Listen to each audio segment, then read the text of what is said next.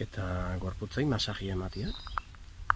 Reflexologia, edo reflejologia pixka bat, edo eskutan, belarretan, arpegian, oinetan. Bide pila bat daude, baino derivatibu,